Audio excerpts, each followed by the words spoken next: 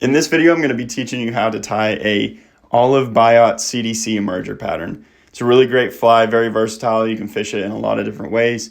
You can fish it on top, you can fish it as an emerger just below the water, or you can even swing it. That's my particular favorite way to do it. So this fly we're going to be tying on a size 16 dry fly hook, and we're going to be using some dark olive uni thread. To get this started, we're going to tie in our thread, just trim off the excess. And then one thing in particular, we're going to want to make sure that we have a really thin profile for this fly. That Biot likes to lay really thin. We want to have really good close touching wraps on the Biot. So we want to make a really thin thread base and don't get this fly too bulky. So as you can see, I went down and back a couple times, kept it really thin, and we're going to leave our thread hanging right below the hook shank. So now we're going to start tying in our turkey Biot. You're going to want to make sure to get a pretty long one, as thin as possible. For this one, it was a little bit thick at the base, but overall, great feather. So you're going to want to tie that in, and they're a little tricky to tie in. They're pretty fragile, so be careful when you're tying it in, but you want to do one loose wrap, and then I typically cinch it down with a second tighter wrap. Then we're going to move our thread back to the eye of the hook, and then from here, you're going to want to have some hackle pliers. Trust me, this is a pain without hackle pliers. So get your hackle pliers on there, and then we can start doing our touching thread wraps. From here, I actually readjust my pliers just a little bit once it got down here, so I could twist them around, make it a little easier. From here, we're going to start doing our segmented wraps. We're going to have touching wraps on the Biot, and as you can see, it's going to lay really nice, give us some really good segmentation for the base of this fly. Typically, I like to get about 4 or 5 good touching wraps. We're going to want to keep these wraps really nice and thin, but really tight together. From here, as you can see, I'm starting to get close to that 4 or 5 amount, and this in particular feather was just a little bit thicker than I was hoping. So looks like we're only going to get 4 segments on this one. So from here, I'm just going to kind of wrap this off right in that base, right where I want it to be.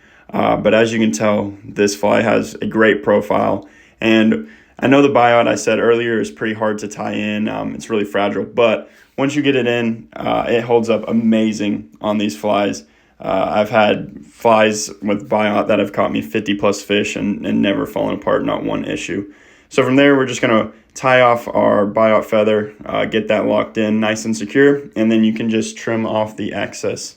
The next part that we're going to do for this fly is get us a nice little dubbing noodle. For this one in particular, I'm using some super fine dry fly dubbing in olive. So I'm getting that out right now and getting a real nice thin dubbing noodle on the fly. Once you've got that dubbing noodle nice and tight, you can go ahead and start wrapping. For this one, we're going to do about 5 to 6 tight touching wraps. Again, we want to keep this as a really thin profile. From here, I'm just adding a little bit more dubbing, and we're going to finish this off, get it right to the base where we want to tie those CDC feathers in. Next thing I'm doing right here is just cleaning up the fly a little bit. That turkey Biot, there was a little bit of a tail sticking out from where I had tied it in, so just cleaning that up, making this fly look real nice and pretty. Next thing we're going to do is take our CDC feathers. So typically I like to use 3 to 4 different CDC feathers, and I'll line the tips together. As you can see right there, it's just making sure to get the right length I wanted for this fly. And then we're going to take a real loose thread wrap, and then we're going to cinch that down just like we did before. For this one in particular, I'm using tan CDC feathers. You can use any type of color that you want. They're all very effective, will all get the job done. From here, you're just going to want to line your CDC. Make sure that it's not too far back with this being an emerger pattern. We don't want that feather fully exposed yet. It's still kind of growing, like that wing casing is just starting to pop out. What I like to do for all of my emergers is take one wrap of thread actually directly under the wings, kind of make them stand up just a little bit more. Always seems to be a little bit more effective for me. And then from here, we can get ready to finish this fly up.